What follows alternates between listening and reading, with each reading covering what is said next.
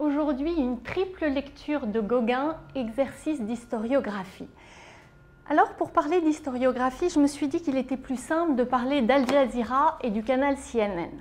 Les mêmes événements, les mêmes kamikazes, les mêmes faits, c'est-à-dire les mêmes tableaux. Vous écoutez Al Jazeera, vous écoutez CNN, vous êtes d'accord que vous avez deux lectures qui risquent d'être fort différentes. Derrière ces deux lectures historiques, ces deux interprétations des faits au Moyen-Orient, vous avez des idéologies différentes. Ce que je vais vous montrer aujourd'hui avec Gauguin, c'est un peu la même chose avec un peu moins de violence, et encore, c'est une violence intellectuelle plutôt qu'être une violence dans la rue. Gauguin est un personnage d'une telle richesse, suffisamment fantasque et mystificateur, que l'on peut aujourd'hui vous présenter au moins 3 lectures d'histoire et d'interprétation de Gauguin différentes qui sont complètement à l'opposé. C'est pas que je vais me contredire, c'est que l'histoire se lit selon les périodes de manière différente. Il y a eu une période moderniste, on va dire des années 1900 à 1970, qui en a fait un génie du modernisme. Derrière est venue ce qu'on appelle la révision postmoderne et postmoderniste, vous allez voir, il va en prendre un coup. Et aujourd'hui, depuis une quinzaine d'années, on a à nouveau des découvertes différentes sur Gauguin, parce qu'à chaque fois, il y a des interprétations différentes, parce que derrière, il y a des idéologies différentes. On y va. Donc, dans une première partie, c'est l'artiste de génie précurseur des modernistes dont je vais vous parler, et ce qui correspond donc à un discours entre 1900 et 1970. Peut-être cela peut paraître curieux parce que pour vous parler de Gauguin, je vais passer par les Américains. Les Américains, à partir des années 30, commencent à monter en puissance et avec la Seconde Guerre mondiale, vous avez un transfert des fonds et avec ce transfert des fonds, vous avez un transfert de la capitale artistique. Ce ne sera plus Paris, ni Vienne, ni Londres, c'est New York qui devient le fer de lance à partir de 1945. Et avec ce transfert de capital artistique, vous avez un transfert des théoriciens. C'est plus Paris au temps de Champfleury et Baudelaire, c'est New York avec Clement Greenberg qu'on va voir dans un instant. Mais d'abord, je vous montre ce qu'on appelle un structurogramme. En haut, vous avez Gauguin, père du synthétisme, qui, aux côtés de l'estampe japonaise, Van Gogh, Cézanne et Seurat, qui sont des personnages qu'on a évoqués auparavant, sont les pères de ce qu'on appelle l'art abstrait. Plus exactement, plutôt le fauvisme pour Gauguin, d'autres, ce sera le cubisme, qui amènera plus tard chez les Américains des années 50 à ce qu'on appelle le color-filled movement, d'une part, et le hard edge movement, d'autre part. Donc on voit des généalogies se créer et on dira que le Gauguin fait partie, donc ici, grâce au synthétisme, des précurseurs du modernisme. Alfred Barr, qui organise cette exposition qui a lieu au MoMA, Museum of Modern Art de New York, est un personnage extraordinaire. Il arrive, je crois qu'il a 27 ans quand il prend la direction du MoMA, aussi jeune que lui, qui est créé en 29, et il va créer ce discours autour de Van Gogh en 35 et après autour des précurseurs des modernistes, qui est un discours qui va nous marquer. Et on va rester avec cette idée que Gauguin, Van Gogh et tous les autres ici sont effectivement les pères du modernisme.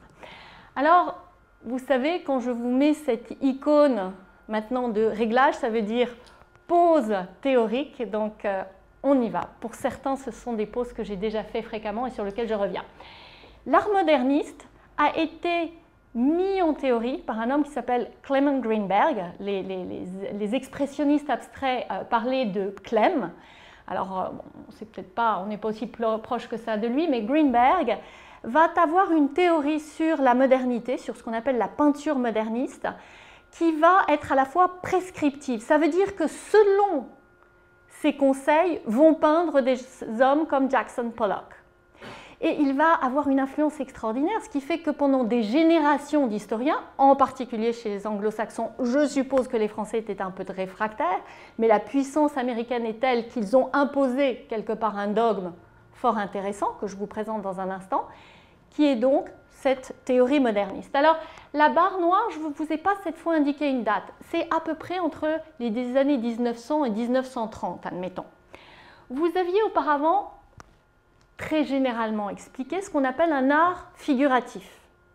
Cet art figuratif, je parle de peinture aujourd'hui, c'est quoi? C'est une toile couverte de pigments, mais qui représente quelque chose, qui vous représente vous, qui me représente moi, ou plus exactement un Christ, nos rois, et pour revenir à ce qu'on a vu auparavant, les bordels parisiens, par exemple. Ce sont tous des des peintures figuratives, c'est-à-dire qui racontent notre narratif humain. Et pourtant, on dit qu'elle était aliénée par ce narratif. Pourquoi? Vous le savez, une toile, c'est plat, c'est bidimensionnel. Deux axes. Le monde dans lequel nous évoluons, il a trois axes. La hauteur, la largeur et la profondeur. Donc il a fallu fictivement creuser cette toile pour créer cette tridimensionnalité. Pour cela, on a des instruments, la perspective, le travail tonal qui crée le modelage, c'est-à-dire qui creuse fictivement cette toile. Donc cette toile ment. Elle est illusionniste, elle crée un effet 3D qui n'existe pas, donc elle ment sur sa propre nature, elle est dénaturée, mensongère et travestie. Le discours moderniste, bien qu'il est fait par Clement Greenberg, qui écrit pour Partisan Review, c'est-à-dire il est marxiste, mais il est intellectuellement marxiste parce qu'il a une conception de l'histoire et de l'histoire de l'art qui est marxiste, mais quelque part, il va écrire un discours ultralibéral qui est le discours de la libération, il est américain, la libération de l'art. Donc l'art, pour être libre, doit être lui-même, il doit être désaliéné. Je vous ai dit que l'aliénation venait du fait qu'il singeait la tridimension qui est la nôtre. Donc pour se libérer, vous imaginez cette troisième dimension, elle disparaît et on repasse en deux dimensions. Et elle deviendra elle-même, c'est-à-dire une esthétique pure, planéité, opticalité, c'est-à-dire un plan plat qui n'essaye plus d'être tridimensionnel, et opticalité, c'est-à-dire des pigments sur une toile plane. On parle alors en philosophie ou en esthétique d'art ontologique. Pourquoi? Parce que c'est un art qui fonctionne en cercle fermé, qui n'a plus rien à voir avec nous. Il est seulement lui-même, c'est-à-dire des pigments sur une toile, et sa forme devient son sujet. Sa forme ne sert plus à un narratif, nos rois, nos Christ, nos dieux et nos bordels. Sa forme ne sert plus que lui-même, c'est-à-dire une composition abstraite. Et on ne le jugera plus qu'en termes de qualité optique et de planéité. Voilà pour la partie théorique pour le moment, il y en aura d'autres.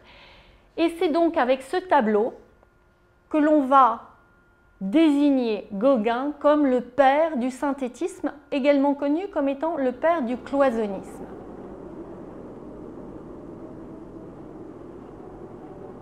Alors je vais vous montrer pourquoi effectivement on peut parler d'un précurseur de modernisme avec cette toile.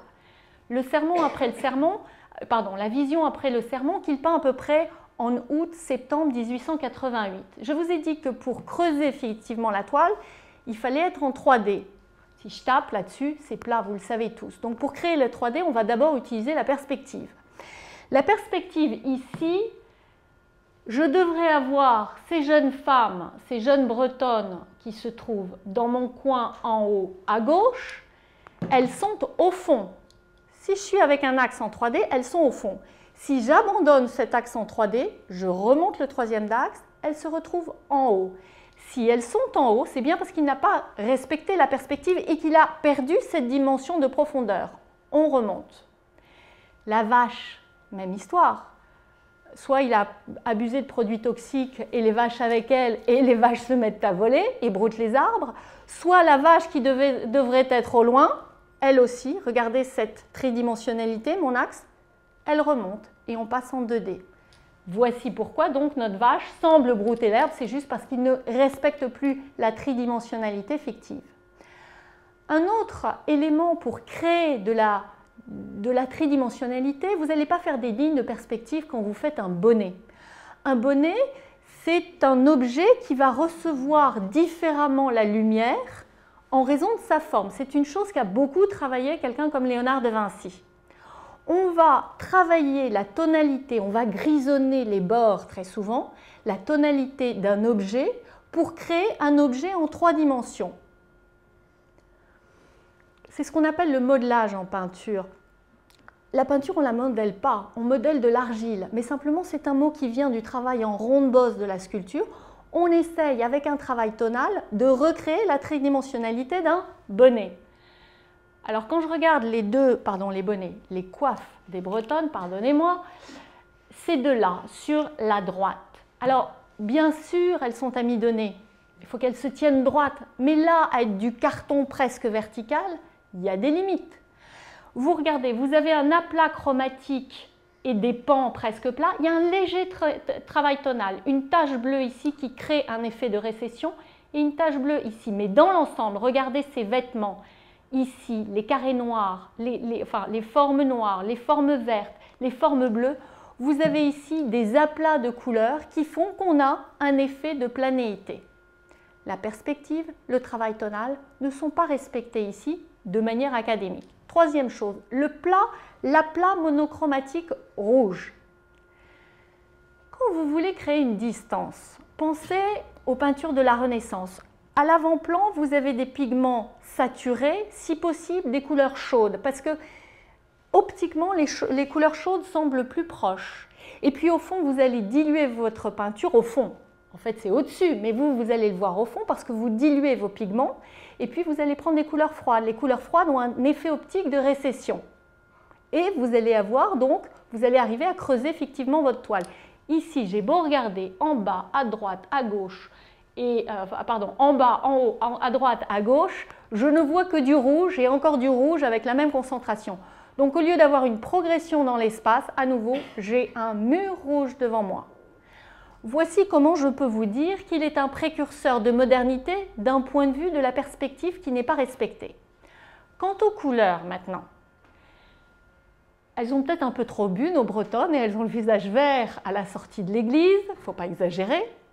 Deuxième solution, il a envie de donner un petit côté archaïque à ces visages. Si vous pensez à des peintures du XIIIe, XIVe siècle, très souvent les visages ont tendance à tourner au vert. Mais ils tournent au vert parce que ce sont les pigments qui, avec les siècles, les pigments verts, qui passent à travers. Mais je ne pense pas non plus. Ce qui est le plus probable, c'est qu'il a choisi la couleur verte parce qu'elle est la couleur complète. Regardez, je parle de l'aspect un peu vert de ces visages sur la gauche. Hein, on n'a pas ces tons-là normalement. Eh bien, c'est la couleur complémentaire du rouge que vous avez à côté. Donc, il est en train de donner la priorité au plaisir de la couleur pour la couleur, c'est-à-dire une esthétique de la couleur pure, et non pas respecter ce qu'on appelle la couleur locale. Je suis désolée, une prairie rouge. Alors, des historiens ont dit oui, mais le seigle, à cette époque-là, ce sont des couleurs un peu rougeoyantes. D'accord, peut-être, je ne suis pas allée vérifier. Et puis, peut-être ont-elles trop bu, peut-être est-il en train de simuler les couleurs de la peinture antérieure, mais ce qui est plus probable, c'est qu'il ne respecte plus rien de réel et qu'il se fait plaisir avec des couleurs telles qu'elles apparaissent. Le dernier élément, c'est le narratif. Le narratif n'est plus tout à fait réaliste. Derrière cet arbre à droite, vous avez une scène, la bataille de l'ange avec Jacob. En fait, ces femmes sortent de l'église, ont écouté le sermon du curé qui est représenté à droite, elles ont les yeux fermés et il a représenté la vision de ces femmes. Ça n'est pas réel. Jacob et l'ange ne sont pas descendus sur terre devant Gauguin. Ce sont ces femmes qui ont écouté un serment, qui ont cette vision, d'où le titre, la vision après le serment. Vous verrez, il est fréquent que chez Gauguin, derrière un poteau ou un arbre, on ait une vision. Donc là encore, il s'écarte d'un narratif réaliste. Je vous aurais donc montré que par le narratif, qui est de moins en moins réaliste, de par la couleur, le travail tonal et de par l'absence de perspective, nous allons vers une planéité, c'est-à-dire une surface plane, et vers une logique d'optique, c'est-à-dire de couleur qui s'exprime pour elle-même et non pas pour ce qu'elle représente. Il n'y a pas de champ rouge, même en Bretagne. Lorsqu'il peint ce tableau, il écrit à son vieux chouf, il l'appelle, c'est Schoufnecker, il dit donc à son vieux chouf, un conseil, ne peignez pas trop d'après nature. L'art est une abstraction. Il est en train effectivement de prendre ses distances, de s'abstraire de la nature. et de commencer à peindre en moderniste avec la perte du volume qui est le volume nécessaire à raconter notre espace, notre narratif. Et il continue dans une autre lettre à Schufnecker, il dit il faut se donner à la peinture comme à un travail à travers tous les sens. Un travail de lignes, de couleurs et de répétitions qui communique par elle-même des sensations au spectateur. Qui communique par elle-même, ça veut dire quoi? Ça veut dire que la couleur rouge, au lieu de représenter un pré et donc communiquer à travers une expérience visuelle que nous avons, la couleur rouge va commencer à s'adresser à vous par un langage direct. Elle n'a plus besoin de représenter les choses, la couleur rouge va saisir vos sens directement. Et c'est ainsi avec ce tableau que Gauguin devient donc le père du synthétisme, puisque cette technique synthétique est en fait ce que l'on appelle le cloisonnisme. Il a fait un aplat de couleurs serti de noir. Et c'est grâce à cette technique du cloisonnisme, donc qui émule la technique des émaux avec le cloisonnage, qu'on l'appelle le père du synthétisme et qu'il sera précurseur de modernité, donc avec ce tableau. On passe à un autre tableau, Le Jour de Dieu, en 1894. Donc, c'est un tableau qu'il a dû peindre de Paris, puisqu'il était à Tahiti de 91 à 93, et que de 93 à 95, il est de retour à Paris.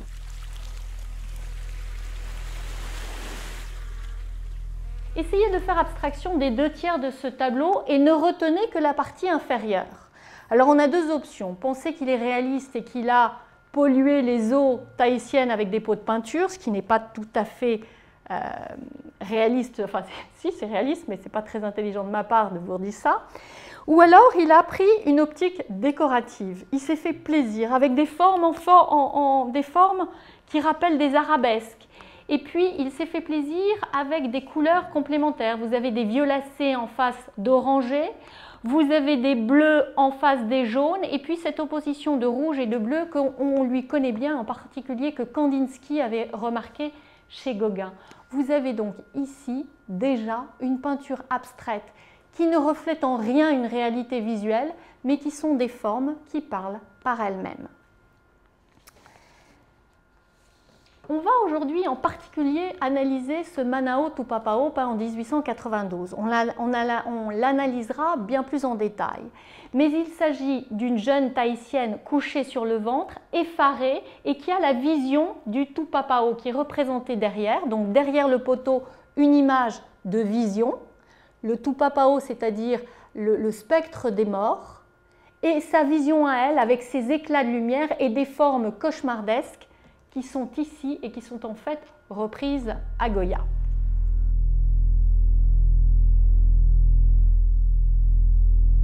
Ce tableau, il en parle à sa fille à travers un cahier, sa fille chérie Aline qui est à Copenhague avec sa femme danoise. Il écrit un cahier à Aline pour expliquer ce tableau. Et dans une partie de ce tableau, il dit la chose suivante. Ça s'appelle la genèse d'un tableau. Partie musicale. Ce tableau a quelque chose d'une partition musicale. Il résonne à notre oreille. Il écrit « Les lignes horizontales ondulantes comme des accords. » Des accords, ce sont des accords de musique. Orangés et de bleu reliés par des jaunes et des violets. Il est en train d'essayer de créer de la musique avec de la couleur. En 1885 déjà, il avait écrit dans ses notes synthétiques « La peinture est le plus beau de tous les arts. Comme la musique, il agit sur l'âme par l'intermédiaire des sens. Les tons harmonieux correspondent aux harmonies des sons. » Correspondent. Je ne sais pas si vous vous en souvenez, il y a un poème de Baudelaire qui s'appelle « Correspondance » où il y a des couleurs qui correspondent à des sons qui correspondent à des mots, etc. Vous avez l'équivalent chez Rimbaud avec son fameux poème « Voyelles » A noir, E, blanc, I, rouge, etc. Ça s'appelle la synesthésie. Qu'est-ce que ça veut dire? La synesthésie était très en vogue à l'époque parce qu'on veut que cette peinture vous saisisse tous les sens pour être de plus en plus puissante, pour saisir toute votre âme. Parce que si un tableau est réaliste, il va s'adresser à vos yeux sans saisir vos oreilles, sans saisir le toucher, sans saisir le goût. Or, vous savez qu'on va dire qu'une couleur est acide. sauf avoir un problème mental, vous n'allez pas lécher un tableau dans un musée. Si on dit que le jaune est acide, c'est parce que vous ressentez une acidité par la peinture, c'est-à-dire que la peinture est capable de s'adresser au sens visuel, mais également au goût. Lorsqu'on dit qu'une peinture est chaude ou froide, on dit que les peintures chaudes, les couleurs brunes et rouges sont chaudes, les couleurs froides, le bleu, le vert. Si je mets le doigt sur le bleu d'une part et un autre doigt sur le rouge, je ne vais pas me brûler d'un côté et je ne vais pas me refroidir de l'autre. Ce sont des sensations et pourtant on parle de chaud et froid dans les couleurs. Lorsqu'on parle de musicalité en peinture, on veut créer un effet de musique avec de la couleur. Et ça, donc, ça s'appelle la synesthésie et c'était très recherché. C'est donc recherché par Gauguin, mais Kandinsky, dans Du spirituel dans l'art, dans un chapitre particulier, le langage des formes et des couleurs, il l'écrit en 1910, au moment où il peint ce tableau qui est considéré comme le premier tableau abstrait. Kandinsky cite Delacroix et dit, ça c'est Delacroix donc cité dans le texte de Kandinsky, tout le monde sait que le jaune, l'oranger et le rouge inspirent et représentent les idées de joie, des idées de joie et de richesse. La couleur, on le sait aujourd'hui, les chromothérapies, le neuromarketing, dans les années 80, c'était quoi? C'était les McDo qui étaient oranges parce qu'ils étaient censés faire saliver. Donc aujourd'hui, on reconnaît en neurologie le fait que les couleurs puissent s'adresser à des sens différents. Puis il donne un exemple que je trouve extraordinaire. On sait au moins depuis Charcot que le violet était une couleur mélancolique. Et apparemment, si vous regardez trop de violet, vous risquez d'être triste. Et il raconte toujours ce Kandinsky qu'il demande à un artiste « Comment vas-tu aujourd'hui ?» et l'artiste lui dit « Je me sens un peu violet ».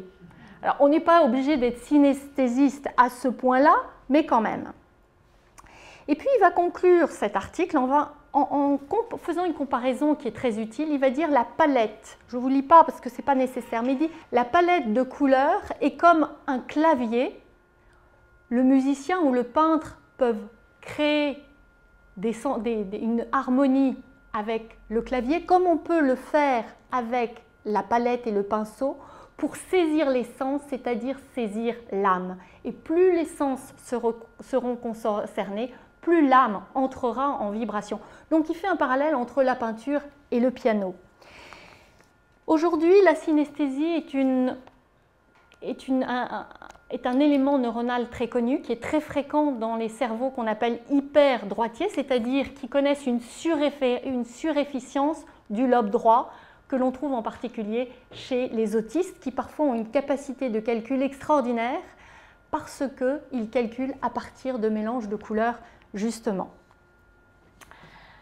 Alors, pour arriver à ouvrir le chemin à l'art abstrait, quand on est au 19e siècle, c'est pas facile, il faut avoir une force extraordinaire, une sorte de virilité, d'esprit de contradiction, et pour ça, il faut se régénérer, avoir une énergie extraordinaire de génie pour sortir l'art du carcan dans lequel il était au 19e, ce carcan figuratif. Il faut soi-même se sortir du carcan social. En tout cas, c'est ainsi que le concevait Gauguin. Donc Gauguin va commencer à partir en Bretagne parce qu'il va aller chercher en Bretagne cette puissance, cette primitivité dont il a besoin pour extraire l'art et la rendre pure et rendre l'essence de l'art.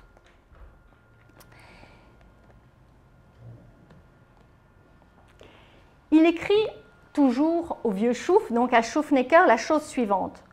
Vous êtes parisianiste. Et à moi, la campagne, j'aime la Bretagne, j'y trouve le sauvage, le primitif. Donc il a besoin de cette force du primitif pour faire jaillir la peinture, l'esthétique pure, pour libérer la peinture du carcan. Il y a l'idée de l'avant-garde ici, du combat avant-gardiste. Je vous rappelle que l'avant-garde est un terme militaire, c'est ceux qui sont devant la garde, les premiers à prendre les coups. Donc tant qu'à faire, il faut être un peu puissant pour prendre les coups en premier. Et il écrit « Quand mes sabots résonnent sur ce sol de granit, j'entends le ton sourd, mat et puissant que je cherche en peinture. » Donc il est grandiloquent, ce qui est assez fréquent. Et il veut retrouver la force primitive et c'est la raison pour laquelle il se rend en Bretagne. Mais il avait quelque chose en plus. Il était lui-même un primitif. Il écrit à sa femme en février 88 « Il y a deux natures chez moi, l'indien et la sensitive. Comprenez, sensitive, ça veut dire le rationnel, le civilisé. La sensitive a disparu, ce qui permet à l'indien de marcher tout droit et fermement. Donc il est indien par ses origines. Alors vous allez voir, on va prendre un peu des distances là-dessus, surtout nous qui sommes en pays andin ici. Avant-après, il écrit dans les premières pages d'ailleurs « Je descends d'un Borgia d'Aragon, vice-roi du Pérou ». Et vous savez aussi bien que moi que les vice-rois du Pérou, au début du Pérou, étaient loin d'être des Indiens andins. Mais quand même, ils se sont indiens. Paul Gauguin, donc, notre peintre, est le fils d'un certain Gauguin et d'Aline Chazal, elle-même la fille de Flora Tristan Moscoso, dont vous avez peut-être entendu parler. C'était au XIXe siècle une des premières femmes écrivains socialistes et féministes qui écrira Pérégrination d'une paria, qui elle-même est la fille bâtarde parce qu'ils ont eu un problème de reconnaissance du contrat de mariage avant la mort du père, peu importe. Le père est effectivement Mariano Tristan Moscoso, c'est-à-dire que l'arrière-grand-père de Paul Gauguin est un grand d'Espagne. Alors de là à passer à l'Indien, il manque un petit élément. Ce petit élément, c'est que le frère, le Tío Pío, frère de Tristan, donc, est la branche péruvienne, mais il a quand même été vice-roi du Pérou. Donc, bon, on passe, c'est pas grave. Mais Gauguin, petit, son père était un journaliste politique. Et en 1948, avec l'échec de la révolution de 1948 et la répression par Louis-Napoléon Bonaparte, ils prennent le bateau, le père meurt pendant le voyage, ils prennent le bateau, ils rejoignent pendant 6-7 ans la famille péruvienne. Et là, il va avoir une vie de cocaïne, et il va garder ce souvenir extraordinaire de cette enfance jusqu'au jour où la situation politique se retourne et ils doivent rentrer avec sa mère à Paris sans héritage et sans rien. Donc on peut comprendre, il n'est peut-être pas indien, mais effectivement il a des sources, il a été proche des Andes à un moment. Pour avoir cette force dont je vous parlais, il va chercher l'archaïsme de la Bretagne, après celui exotique. Il va se primitiviser lui-même, c'est un Indien, n'est-ce pas? Et puis, lorsqu'il va rejoindre les îles Marquises, à partir de 1901, les 2 dernières années de sa vie, il va s'installer dans cette maison du Jouir.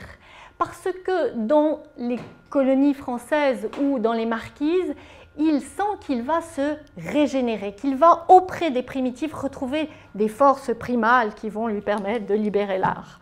Et il l'écrit dans Noa Noa en 1893, quand il quitte Tahiti pour la première fois. « Adieu, terre hospitalière, terre délicieuse, patrie de la liberté et de la beauté.